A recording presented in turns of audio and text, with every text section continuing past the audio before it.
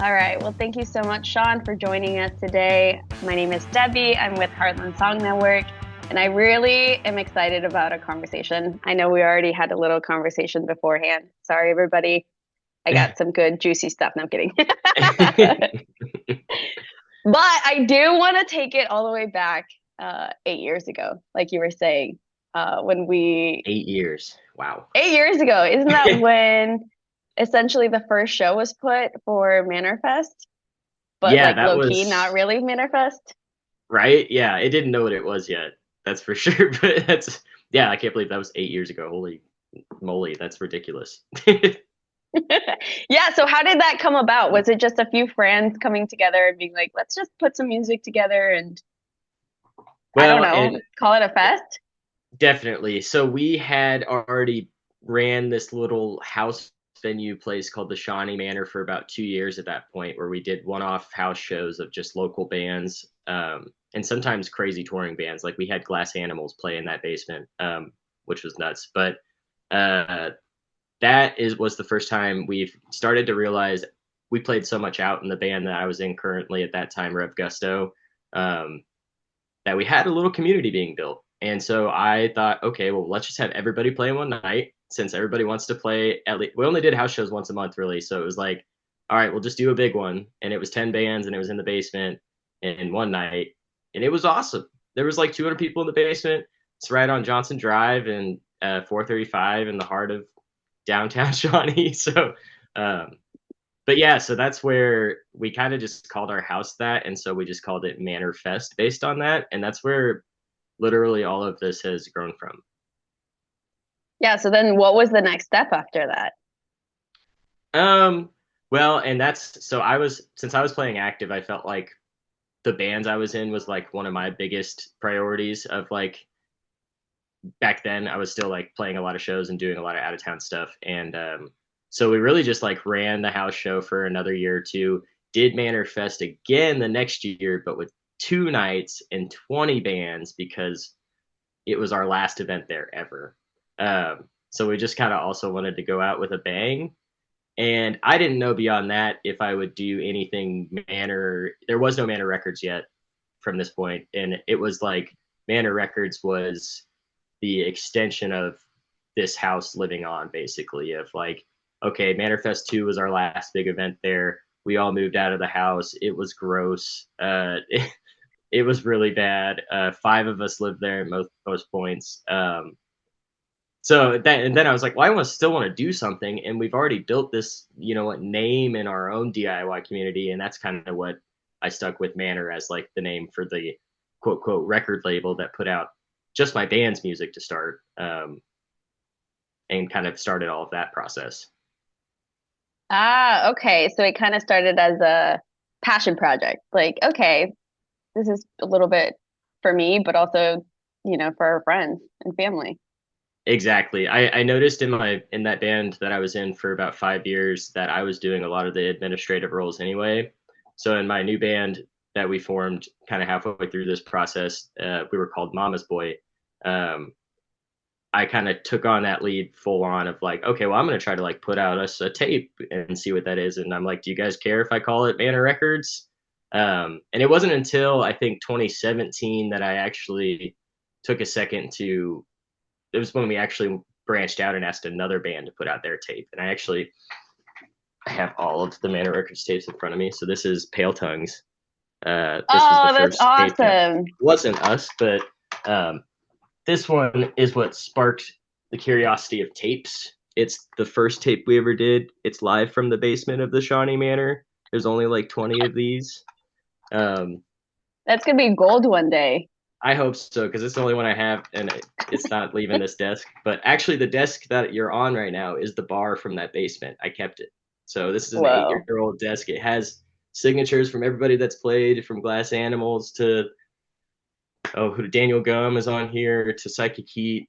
It's some old Lawrence Bates. I don't know. So I loved that time of my life of the house shows. It's what like drives me to keep a DIY aspect to everything we're doing.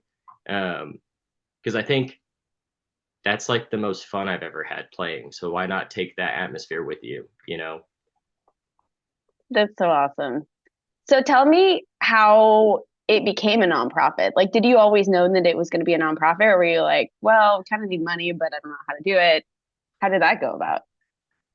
No, yeah, I did not ever think I would be a nonprofit. I didn't know if it would ever be a business at that point, even in like the 2017 timeframe of putting out these tapes. I think that's when I knew I wanted to like take it seriously as like a thing.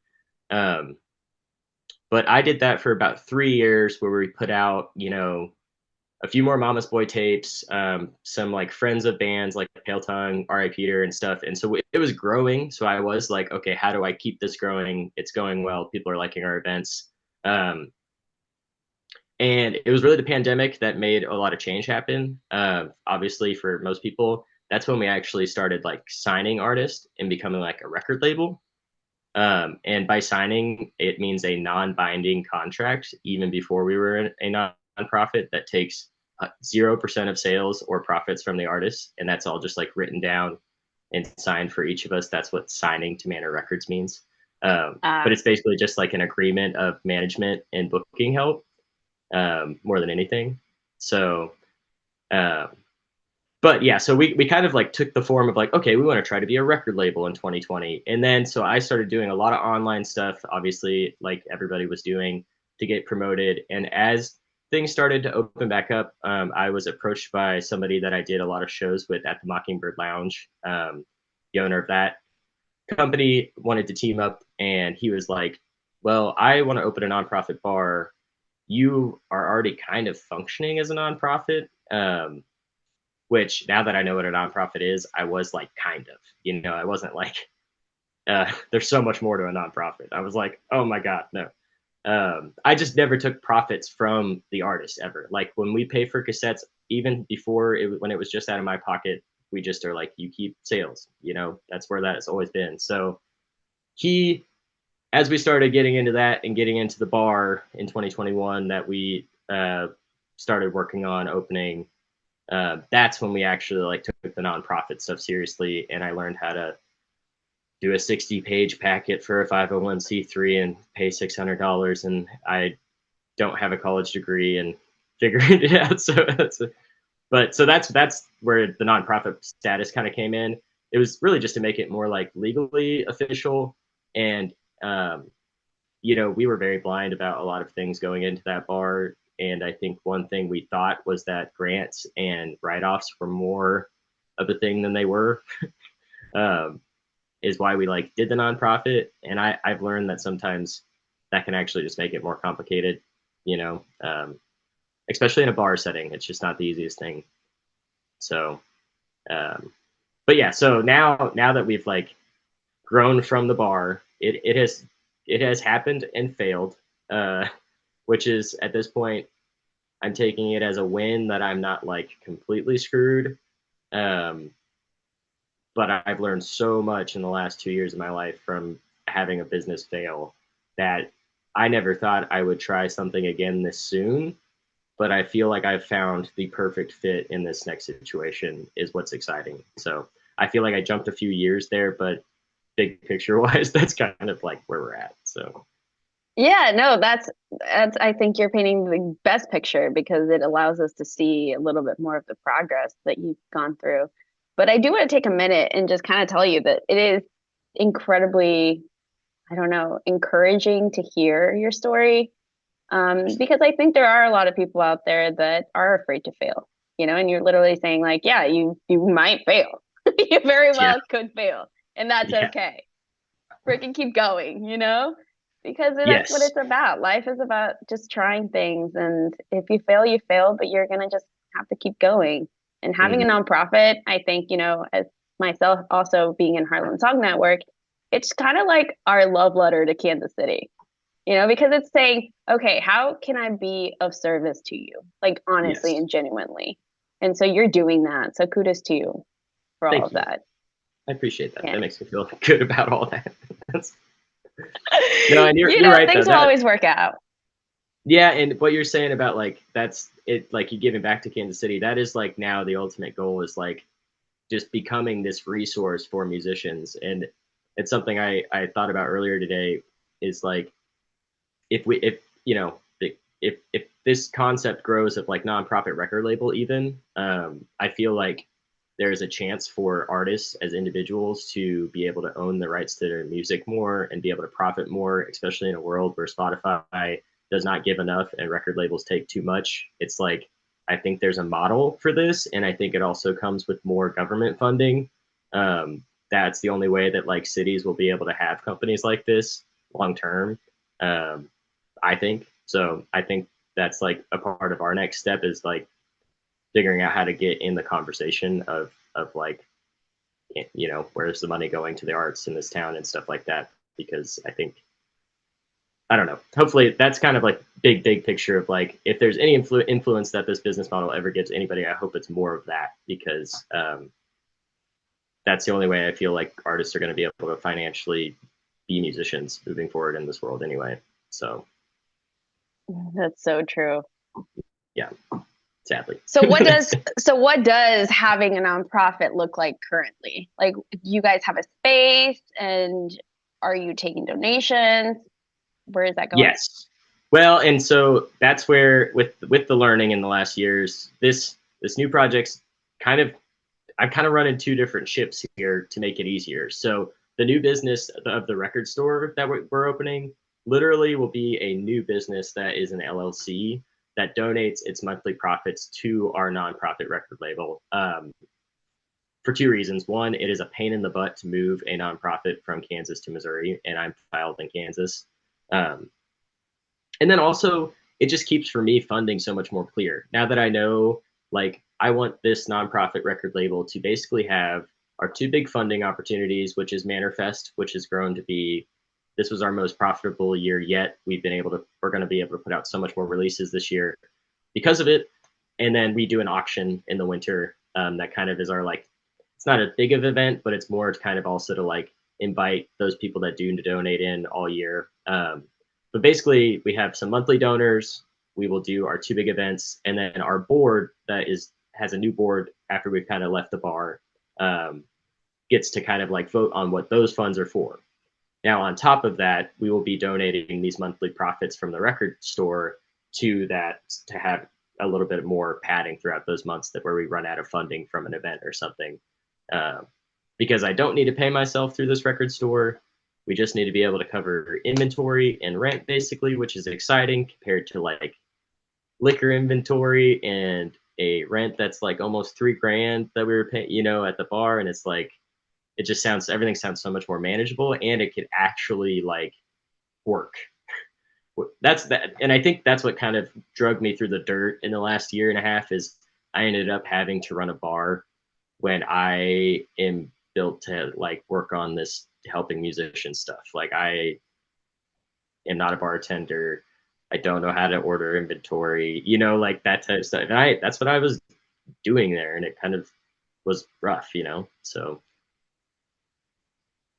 Yeah, of course. I mean, being a bartender is a whole thing in its own self. for real. And honestly, this might be a weird take, but I feel like musicians at least aren't drinking like they once were. And no offense to people that enjoy drinking, but it just like overall, that's why now that we do our like songbird sessions at Blip Roasters, it seems to be even a better turnout because there's like a mix of NA and alcoholic drinks. And I think just the atmosphere of a bar can turn off a lot of people, especially now that like a lot more people are addiction, like not addiction even, but like vice aware. I feel like. So I'm excited to even be like able to invite people into a healthier atmosphere, where maybe they can leave some of that stuff behind too. I really appreciate that. That's awesome. Yeah. Because you're So right. that This community is going towards that way.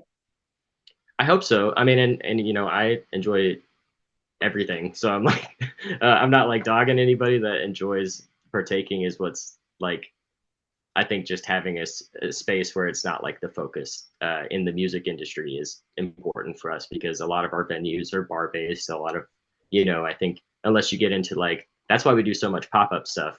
I know that like Mean Mule that we do our pop ups at and Big Mood are both like distilleries and wineries, but like the Blip stuff feels good. And if I can find me even more like bookstores. Like we left flagship books up there and stuff like that. I think that's where I would like to go with a lot of my like outward booking. But yeah. Are you guys thinking about hosting sessions in the record store? Yes. So that's what's kind of new. So I there's a part of my history I kind of left out um, during the pandemic because this place kind of came and went so quick that a lot of people don't even know it existed. There was a space called Deep Space that is next to Stray Cat Film Center, and me and Sammy and Quinn and a bunch of my friends went in on it during the pandemic to make a space for musicians to kind of safely record and band practice with masks on during the height of everything. Um, and it was awesome. It was really cool. And then if kind of it was this point where it's like, I am trying to make this my life. I either needed to go do a record store bar or take over this project of Deep Space. And they were like, we really want to do Deep Space. Go do your thing. And so I did. Um, but, oh, what was I getting at in the time? There was a point of bringing up Deep Space that I just blanked on. I'm sorry. Um, It was a but, space to record oh, and thank to you. host. Yes, that is, and that's what like is similar in this new place of 12th Street Post. That Deep Space was a co-op where we all like shared a space. There was shared gear. There was like that kind of vibe, all music based. This location that I'm at now is very similar, but more like arts and maker based. So there's like 180 different makers on the floor. There's like 5 different companies in this building. Like West Bottom's plant companies there. Cafe has a pop up, and it's like um, that's really exciting. But I have to relearn again how to have a shared space because this event space that we're building out together will be like a shared calendar. So I think it'll be more like pointed events. Like I'll be a little bit more picky about what I bring to them because at the bar we did live music every night of the week because it was the only way we could survive, and I think it almost killed me literally. Um, like I actually got in a car wreck and had a concussion and had to like bartend and run sound like the next whole week after that, and it was like the worst week of my life. So that's like I have some trauma stories from this bar that I'm very happy to move on from. So, So it is kind of a blessing that it transitioned into something else for sure. yes, and I that's why I don't feel like it's a failure, and maybe I should more sometimes too, because that will like keep me out of trouble sometimes. Um, but no, it actually came as a huge relief, honestly, on my end. I think I kept getting so sad when I saw the money that we were being donated or brought in for artists was getting eaten alive by payroll or something else, and it's like I just caught myself being like, this isn't happening, like there is no mission here. This is just getting surviving at this point. So um but yeah, no, now it's like nice because I also like have a full-time job that I can like survive on and not have to, and this will only be open on the weekends to start. We're gonna like grow this slowly is what I'm very excited about. And I didn't get a whole lot of time to work on vinyl, and my experience with vinyl is I worked at Mills for 6 years and handled all their new inventory, and that was like my favorite thing to do in the record industry on that end. And I'm very excited. We hope to have almost half new records in this spot this time. We did not have that last time, so That's awesome. Well, to switch a little bit of gears, I do want to talk about the artists that you have currently sweet. on your label because I think that's, a big part of what you're about is promoting these musicians. So a question is, what do you look for, or is there like an underlining theme that you look for in a musician when you're like, all right, I want to help you out? Um, well, and the decision process has also kind of developed. I would say because as I was mentioning earlier, like who was on the label definitely at the beginning of this was like my friends and our little community that we already had, which makes sense. But it was definitely a lot of like personal ties, which made it easy to choose. Um, but and then there was a long time there where it was just me. Like when we signed on everybody in 2020, that was us bringing on 20 artists officially. A lot of those people we already worked with, but it kind of was just making that clear that like I'm gonna work with you. This is what that means. And it was just people that we saw as like up and comers. We didn't really have a genre base to this, anything like that. There's never been any genre specific stuff on our end. Um, but usually it's live music. That's for me personally. On like a personal note, I think a band that attracts me live is going to actually get me more than a recording every day. And I kind of have to go see a band before I'm actually like convinced that I love them always, national or local, you know. But now we have an actual like process because I'm noticing as the record label grows, there is this ebb and flow of musicians that are actually active. Um, and some musicians since have gone into what we call the vault, where they're no longer active. It's on our web, and I need to make this on the website, but it's basically like my old band Mama's Boy is technically still on Manor Records, but we don't need to be seen that we're like an active band on Manor Records. So we created this vault. Like my first band is still on a local record label's website as an active band, and it's like a picture of me when I'm 19, and I'm like, I don't even talk to those people anymore. So no, but so that's what that's about. But now I've kind of been like with this new board, we've actually set up a system because we realize that it's going to be who's active this season. My partner just started working for the ballet, and she's been like showing me how they do like seasons and then it's like really hardcore through these seasons. So I'm really trying to like match that setup, especially with our Manifest and our auction, but also assigning artists. Because we've agreed to bring on 2 new artists every season of our basically our spring and our fall. Um, and then we basically just based on our budget are able to put out X amount of releases. And that is voted on by 4 board members now. And that is what's exciting. I've always wanted to get to this point of where it's not my decision. um, Plus, like most of these board members are like, or 2 of them are like 6 to 7 years younger than me. So it's like, I know that I'm getting old. I want to stay hip in the scene. And 29 is old in the scene. I'm sorry to tell everybody that. If we're really talking about like what's hip, I'm old. So, but that kind of keeps it fresh. And so, like, we brought on Kirsty and Paris this spring. We've been managing them and helping them get booked out and start working on their first physical releases. And that's kind of where we're at. After the auction, we'll vote on bringing on 2 more. And I think what we're looking for now, more than anything, is some artists we can't help. And there are some caps to our abilities. And that's something that I'm just very honest about. And some people I'm like, you don't need me. You could go farther without us. Because sometimes people see them signed to a record label and don't want to work with them. But we want to be seen as like a platform that can get them to a major or like that record label they've always wanted to be on. Like that's my end goal, is to be that kind of like stepping stone out of Kansas City. But like that artist from Nashville can be like, I'm going to go to Kansas City, use this resource, and then hopefully get on this label, and maybe live cheaper too, because we're in Kansas City. So that's like a perfect world stuff though. Yeah, I mean, you're doing a great job at it. Like we talked about, that's awesome. That's your future, that what you're thinking ahead of. Yeah, that is, yeah, my utopia, if you say it that way. Ah, I love it. I love it. Heartland Song Network wants to be a part of that. Heck yeah, no, that's what I'm like. I really feel like, and I just kind of got to know you guys even through this festival this year, and y'all helping out, and it's like I've been keeping up on what you do, and I think this might be a post conversation, but like with our space, if we can ever work together on stuff, like I'm excited to introduce ideas like that, and that's what the perks of having a space is.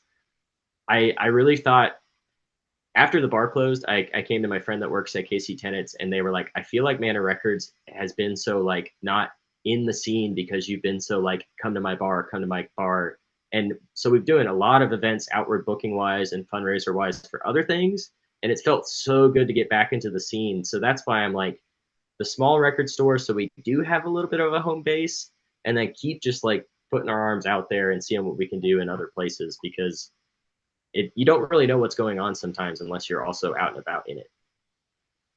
and I was like just behind the bar every night, and I felt like I was losing grip on like what the music scene was. So it felt kind of like that's what feels nice now is like I can go see this band that I'm interested in, too, instead of having to like just book them. So I don't know. Yeah, you get to reap both of the benefits. See Exactly. them and Yes. help them. Yes. No, and I do think that as this new like format of the label gets solidified, I think it's gonna be really, really solid. And I do see us adding even a few more board members over the next year or two just to kind of bring more input in. And like we also just need, obviously, as everybody probably does, as much help as we can get with some of these things. So um but that's what also, I mean, Manifest is what it made me say yes to like looking again. I was this close to actually signing a lease on a property in the Northeast, um, and then the next day I found out about this West Bottoms location. And we just do so much in the Bottoms that it felt right, and it was quite a bit cheaper. Um, but I just I really was like after the fest, I'm like, okay, this community needs Manor to still be here because I almost, after you fail at something, you have to think about giving it up for good and have those thoughts and really reassess. And I think that now that, I saw the turnouts and the sales and I was like, okay, this is something that I have done for 8 years, I guess. And it's like, I'm not quite done with it yet. So sorry. Good. Yeah. Good.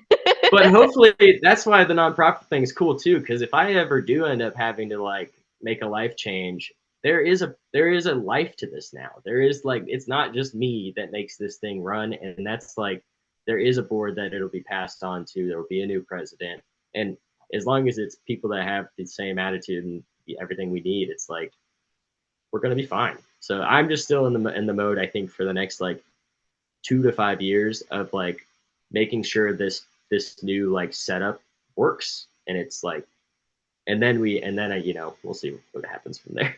So Yeah, I yeah, think you have, like they say, your ducks in a row, and then the rest will just come I hope when it so. needs to. it's Well, it, it's however good for a bit. Heartland can help you, you let us know, and we'll talk. Right on. Help you however we can. But I'm That's sad exciting. because our time is coming to an end. Ooh. Oh my gosh, it is. Yeah, so if you could just tell us what is the next event that we can help you out with as a community, if you have a website that we can donate to, kind of send us into the right direction. Right on. Thank you first off for having me too. This has been awesome. I enjoy you very much as a person, and I am excited to talk in person sometime. Our grand opening will be the 6th of October, which we'll do an event for too. And if you can't make it to anything and still want to help, we have a GoFundMe everywhere um, that we can put it. So Perfect. Well, it was such a pleasure. I am sure we will absolutely cross paths very soon. right on. Well, it's been a pleasure to meet you, Debbie, and chat.